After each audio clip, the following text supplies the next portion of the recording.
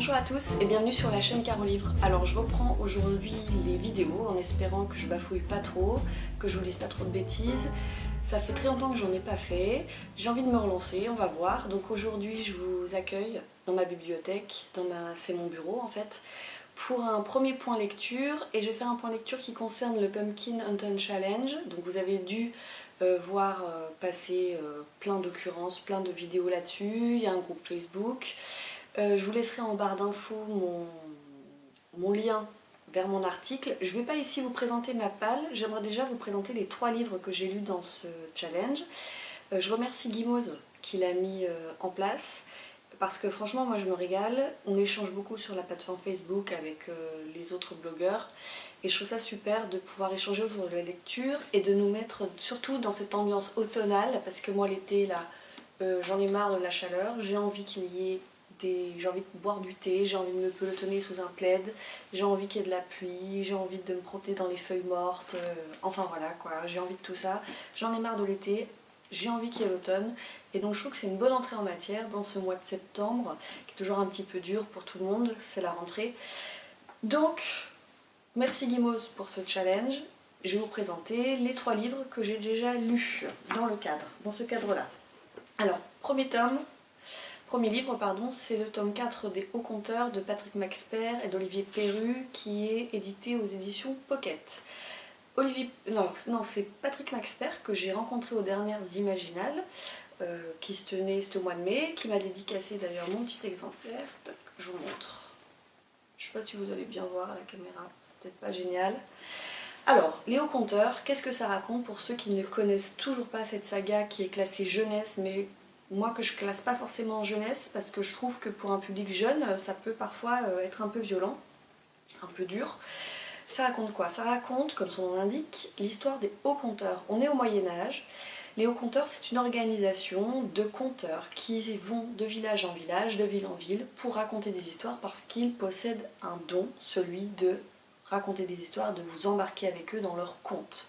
Ils ont une mission un peu plus importante, celle de rassembler des manuscrits qui renferment des secrets. Donc ça peut être des manuscrits qui ont trait à la religion, mais souvent ces manuscrits ont quand même trait à des créatures diaboliques, méchantes, qui vous veulent pas forcément du bien. Et un de ces manuscrits qu'ils recherchent depuis le début, c'est le livre des peurs. On n'en sait pas beaucoup sur ce livre, simplement qu'il renfermerait un secret qui mettrait la planète en danger, en tout cas sa population. Et nous, dans les Hauts Conteurs, on va suivre Roland. Roland, c'est un tout jeune garçon, il est surnommé Roland Cœur de Lion, et c'est l'élève de Mathilde, une haut conteuse. Et dans ce tome 4, Roland se réveille amnésique dans une cellule, dans une montagne qui est appelée la montagne hurlante. Alors imaginez, il fait sombre, Roland voit presque rien, il est amnésique, et de temps en temps, on lui apporte sous sa porte un plateau repas, hein, et c'est tout ce qu'il voit. Il se souvient de rien, il ne sait plus qu'il est Haut Conteur, il ne sait plus pourquoi il est là enfermé dans sa cellule. Roland de temps en temps parvient à s'échapper, mais en fait ce sont les sorcières, parce que ce sont des sorcières qui l'ont enfermé. Elles se font appeler 13 damnées, ces sorcières, elles font partie de l'organisation Les 13 damnées. Et elles s'amusent avec lui au jeu du chat et de la souris, puisqu'en fait elles le laissent échapper pour mieux le reprendre et pour le briser psychologiquement, parce que Roland aurait un secret qu'elles veulent absolument connaître. Heureusement, notre personnage est quand même un peu fut-fut, il va réussir à s'en sortir. Et ce que j'ai apprécié dans ce tome, c'est qu'on est en fait tout le long du tome, pratiquement, dans cette montagne hurlante, qui est en fait une montagne, en fait on est dans les cellules, hein, tout est souterrain, tout est noir, donc c'est très sombre, c'est oppressant. Et on va rencontrer des morts-vivants, on va rencontrer des sorcières, etc. Franchement, c'est glaçant. Il y a des passages que j'ai lus où j'ai eu la trouille, parce que voilà, on a affaire à des espèces d'entités démoniaques. Voilà, de temps en temps, hop, l'auteur nous livre un petit dessin. Donc là, c'est des morts-vivants hein, qui attaquent des sortes de zombies, hein. Remords, le titre. J'ai trouvé ça vraiment génial. Si vraiment vous ne connaissez pas cette série, Les Hauts Conteurs, précipitez-vous dessus, ça vaut vraiment le coup. Ensuite, toujours dans le cadre du challenge, cette fois-ci dans la catégorie métamorphose, j'ai lu le recueil de nouvelles des Imaginales 2018 qui s'intitule Créature, dirigé par Stéphanie Nico. Donc là, on a un recueil de 14 nouvelles, donc 14 plumes différentes, 14 auteurs. Moi j'ai adoré les nouvelles de Gabriel Katz. Gabriel Katz, ça fait pas très longtemps que je connais cet auteur. Je l'ai découvert notamment grâce à Piketty Bookin, donc de la chaîne Piketty Bookin. Et il nous propose ici une réécriture du mythe de Jack l'Éventreur. J'ai trouvé ça vraiment super bien amené, super drôle et super bien réfléchi. Donc Jack l'Éventreur qui se serait transposé, on va dire, au moment de la ruée vers l'or avec les cow-boys en Amérique. Donc ça, c'était vraiment très intéressant. J'ai également craqué sur la nouvelle de Anselm Moschkorn. Il est complètement barré, cet auteur, mais alors qu'est-ce que j'ai à la fois ri et frissonné, parce que là, il nous peint deux bonnes sœurs qui escortent une orpheline dans un village où tout le village a été décimé, avec une bonne sœur qui fait que de se plaindre, qui fait que de jurer, etc.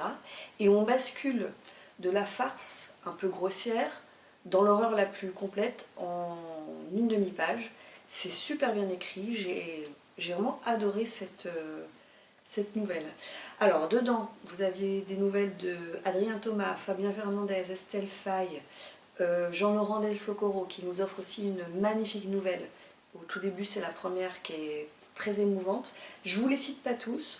Moi j'aimais le concept des nouvelles parce que ça permet de découvrir la plume de certains auteurs qu'on ne connaissait pas. Et puis ça permet d'avoir une vue d'ensemble. Là, le thème c'est les créatures. Donc c'est vraiment les créatures de tout poil, de toute plume. Vous allez avoir aussi bien des orques que des dryades, que de l'intelligence artificielle. Ça va se passer aussi bien au Moyen-Âge que sur la planète Mars, etc. Je trouve ça super intéressant.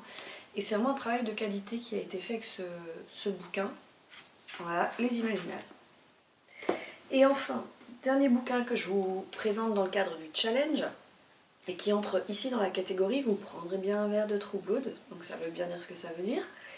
Il s'agit de Magie Ex Libris, tome 1, le bibliomancien, de Jim C. Hines, aux éditions de La Talente. Alors ce bouquin, si vous aimez les bibliothèques, si vous aimez les livres, si vous aimez l'humour un peu barré, si vous aimez les références de livres dans le livre, il est fait pour vous. On suit Isaac, qui est bibliothécaire, mais pas seulement, il est bibliomancien, c'est-à-dire qu'il a la faculté magique de s'introduire dans les livres. Alors s'introduire, c'est un grand mot, il passe le bras dans le livre, et ressortir à peu près tous les objets qu'il veut d'un bouquin. Donc par exemple, vous avez besoin de la baguette d'Harry Potter, à un moment donné, hop, vous prenez un exemplaire d'Harry Potter, vous mettez le bras dans le livre, grâce à la magie, et vous ressortez avec la baguette. Et puis un jour, 3 vampires débarquent dans sa bibliothèque. C'est pas pour emprunter des livres, c'est pour le dézinguer. Isaac comprend pas pourquoi, parce que il appartient à l'organisation des bibliomanciens, et il y a un accord qui est tacite qui a été signé entre cette organisation secrète et les vampires. Donc normalement ils ne sont pas à la guerre, et là la guerre est déclarée. Donc il va enquêter pour comprendre que dans l'organisation, il y a un fruit pourri, et donc il va essayer de débusquer ce fruit pourri. Je ne sais pas si j'ai été très claire dans mes propos, mais je vous assure, ce livre, c'est vraiment... j'ai adoré, parce qu'il y a plein de références en fait. Par exemple, les vampires qui débarquent. Donc là, je vous grille rien, c'est vraiment les premières pages. Les vampires qui débarquent dans la bibliothèque d'Isaac appartiennent à la race des Meilleries. Les Meilleries, Stéphanie Meyer, quoi. Ils ont les capacités des vampires décrits dans... je me souviens plus, ils sont là pourtant. Enfin, vous m'avez compris, fascination, etc. Là. Vous avez par exemple les vampires qui vont appartenir à la race des vampires décrits par Bram Stoker dans Dracula. Vous avez des références à J.K. Rowling, vous avez des références à Dune, vous avez des références à Blade Runner, vous avez des références à des choses classiques, mais aussi des choses qu'on connaît nous, lecteurs ou jeunes lecteurs aujourd'hui. Et je trouve que c'est vraiment rafraîchissant, c'est super drôle, ça va à 100 à l'heure, on n'a pas le temps de s'ennuyer. Là, j'ai le deuxième tome qui m'attend dans ma petite pile à lire. Ça, c'est la pile à lire du challenge, qui est ici, voilà. Hop, mais je pense que je sais pas si je lirai dans le cadre du challenge, je vais peut-être me le garder un petit peu plus pour cet hiver, je verrai. Donc voilà les 3 lectures que j'ai effectuées dans le cadre de ce challenge qui me plaît beaucoup. Je vous montre simplement un petit aperçu de ma lecture en cours qui rentre aussi dans le challenge, mais là dans la catégorie... Alors celui-ci je l'ai mis dans la catégorie clochette, grimoire et dentelle, je crois que je lis dans le bon ordre. Donc tout ce qui a trait aux fées, au petit peuple, parce que ça se passe en Irlande au XVIIIe siècle. Et on va être carrément dans cette ambiance de fées, de petits peuples, de choses un peu étranges qui se passent dans cette Irlande. Bien secrète, voilà. Donc j'ai lu 50 pages, donc j'ai pas lu grand chose. Je pense que je l'aurai fini d'ici la fin de la semaine. C'est un petit pavé quand même, hein. Il fait 400 pages, mais bon, c'est écrit gros. Donc voilà pour ma lecture actuelle. J'espère que cette vidéo vous aura plu, que je suis un petit peu rouillée, hein, donc vous m'excusez si je bafouille, si je lis des bêtises.